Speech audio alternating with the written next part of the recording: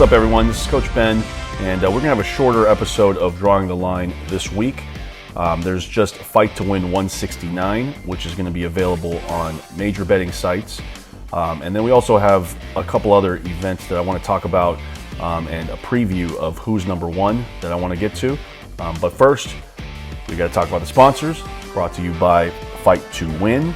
So Fight to Win 169 is happening this Saturday on Flow Grappling. As always, if you want to bet on the card as well as the undercard, email Fight to Win Sportsbook at F2WBet@gmail.com, F2WBet@gmail.com.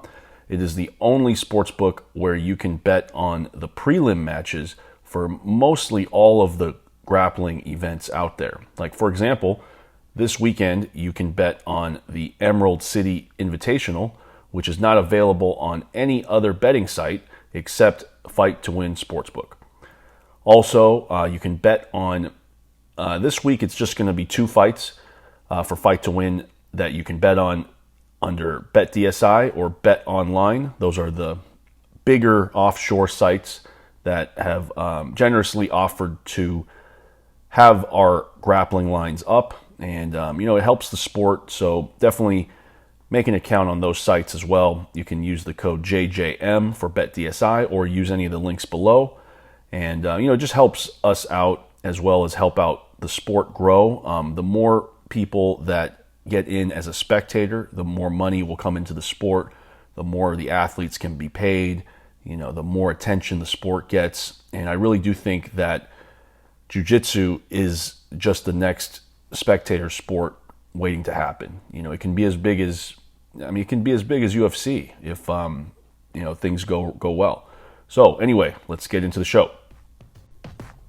All right, Fight to Win 169. It's going to be happening this Saturday in Dallas, Texas, April 10th, and it's going to be streamed live on Flow Grappling as always. First match we're going to talk about is the co-main event. Gabriel Almeida plus 180 are his odds. He's going to be taking on Oliver Taza, who is minus 215. So Gabriel Almeida is a checkmate black belt and a very experienced competitor under the Fight to Win rule set. He has had some mixed results. I believe his last match he competed in the gi and lost by submission to Rafael Lovato Jr. Oliver Taza last fought at Who's Number One, I believe, and he won by decision. So, first of all, Taza is the rightful favorite, right? He's a no-gi specialist. He does not train in the gi, and he is from the Danaher Death Squad, so you're going to know that this guy has good leg locks. He's going to have good defense. He's probably going to have a good coach with him, and he's going to have a good game plan.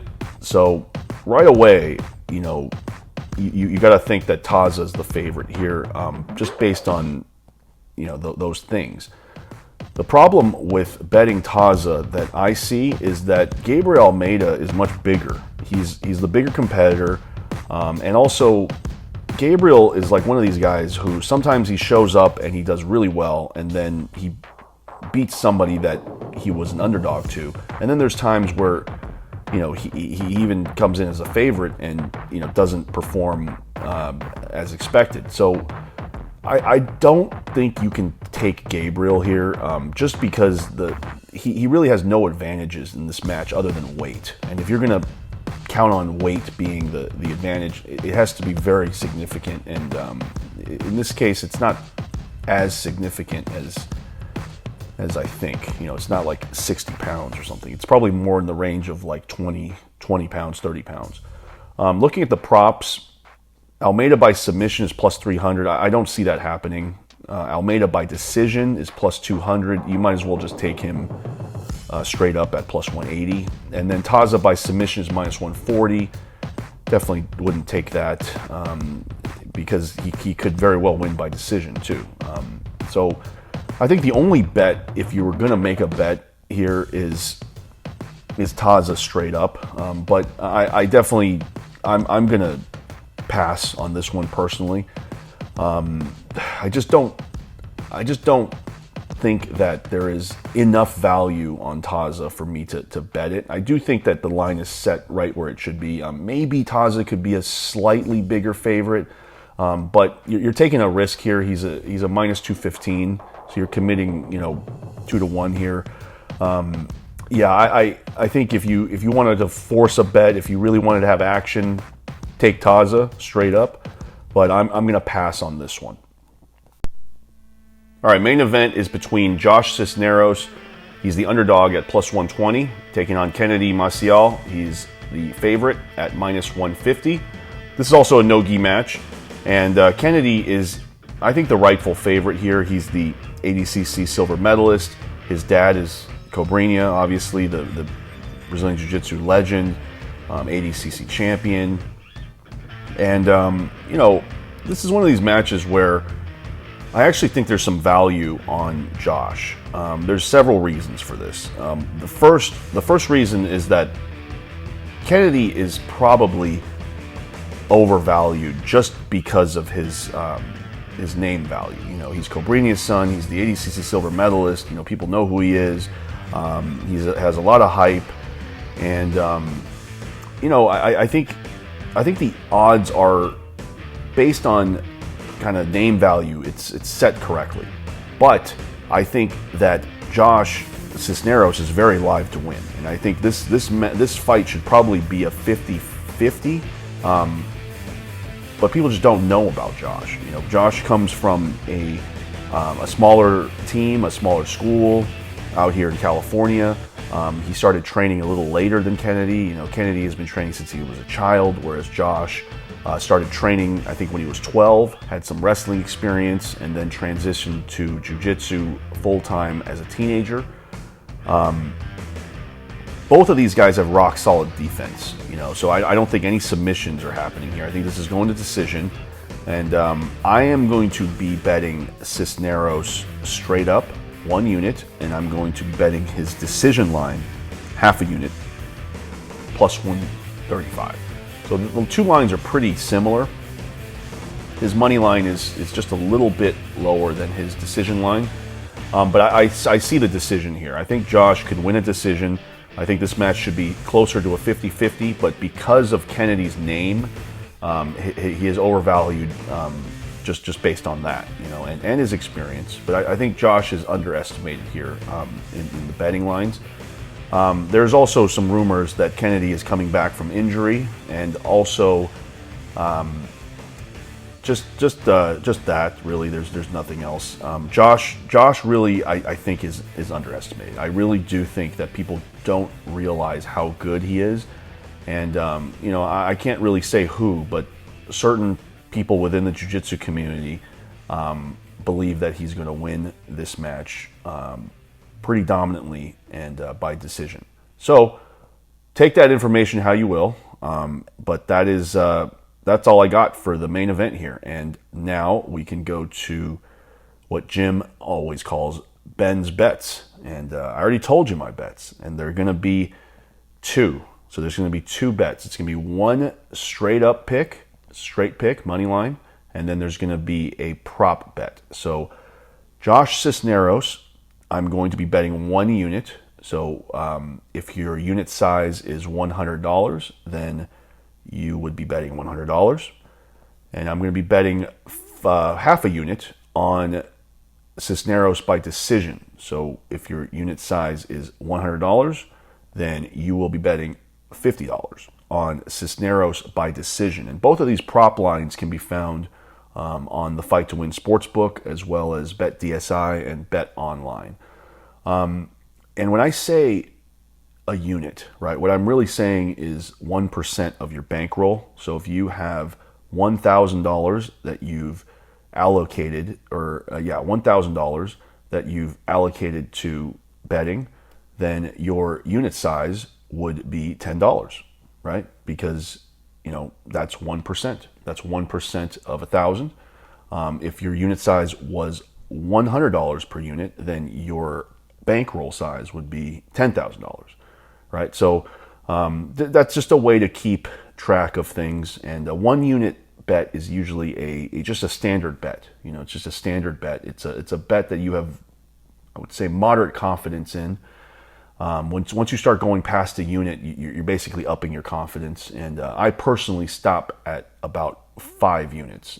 So 5 units is like if I were to bet, let's just say Gordon Ryan faces me, I would probably bet 5 units on Gordon Ryan. That would be an example of an opportunity where you would definitely bet the max. So that's just an example, right? And I think using that, you can modulate your betting, and as long as you're not overextending, you should in the long run be a winning bettor. So that's all I got for Ben's bets. We have Cisneros by decision, half a unit, and Cisneros straight up at plus 120 for 1 unit. All right, like I said in the intro, I was going to do a little quick preview of who's number one, and I also wanted to bring you some news. So with this Who's Number One event, this is when we are planning on unveiling over-unders for grappling betting. And what over-unders are is, I can explain it best by using UFC, right? So when you're betting MMA, when you bet UFC fights, right, the over-under is usually set at 2.5 rounds. So what that means is if the fight goes to the 3rd round and it passes the 2-minute and 30-second mark, if it passes that mark, then that fight will have hit the over, all right? If the fight is finished before the 2-minute 30-second mark of the 3rd round, then the under will have hit, right? So if somebody gets submitted, knocked out, there's a DQ, somebody quits on the stool, whatever happens, if it happens before that, the under hits, right? So that's an MMA example. In grappling, it's very difficult to set over-unders unless it's an event like Who's Number One, where all the matches are the same. They're all 15 minutes. They all follow the same rule set, and so it's just easy that way, right? So we're thinking of doing over-unders at 10 minutes. So over 10 minutes and under 10 minutes. You can either bet the over or you can bet the under, right? So that is like another option for sports betting, right? So I'll give you some of the lines that have not submitted, but we are working on. Craig Jones for Who's Number One is going to be minus 525. Ty Ruotolo is going to be plus 365. The over 10 minutes is going to be set at plus 195. The under 10 minutes is going to be set at minus 250. So what this means is that the sportsbook leans toward the fight being finished under 10 minutes. And that makes sense because Craig Jones, is a finisher, or he could also get finished. And if you believe that the fight will end under 10 minutes, well, then you have the odds of minus 250, right? So it's a moderately risky play in my opinion, because what if Ty Ruotolo survives the whole match, and he loses by decision, right? Then you lose this bet, right? You lose this bet. Or what if Ty Ruotolo wins the decision? Then you lose this bet too. If Craig Jones gets the decision, you lose this bet, right? If you bet the under. However, if you bet the over, right, and Craig Jones wins by decision, then you win. And it's a pretty good odds too, plus 195, almost 2-1. So anyway, this is just a quick primer on over-unders. We're hoping to add these more and more. Hoping to add more things to bet on. Not just over-unders, but even more fun props to bet in the future, just to help grow the sport and to kind of make it more accessible to the public.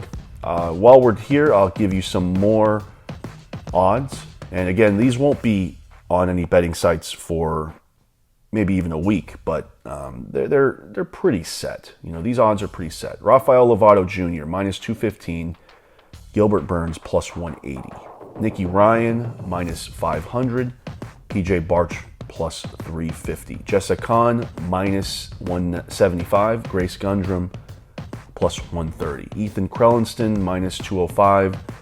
Cade Rutolo, plus 170. Andrew Wiltz, minus 400. David Garmo, plus 275. And that's all we got for the main card. No odds yet for the prelims. They will come out shortly, but you should expect these Who's Number One odds to hit the major betting sites probably 2 to 3 weeks before the event. So they should be up soon, actually. So yeah, that's it. Quick preview of Who's Number One. We'll definitely have a show on this for Jiu-Jitsu Mag the week of the event, and hopefully we will have you tune in for that. So that's it for this week. Thanks for listening. And once again, this is Coach Ben. You can follow me on Instagram at CoachBZ. Please follow Jiu-Jitsu Mag at Jiu-Jitsu Mag on Instagram. Please look below on the description box. We have some links that you can do to help support the show, help support Jim and I's podcast, our betting podcast, as well as our personal podcasts on the network. And yeah, thank you for your time.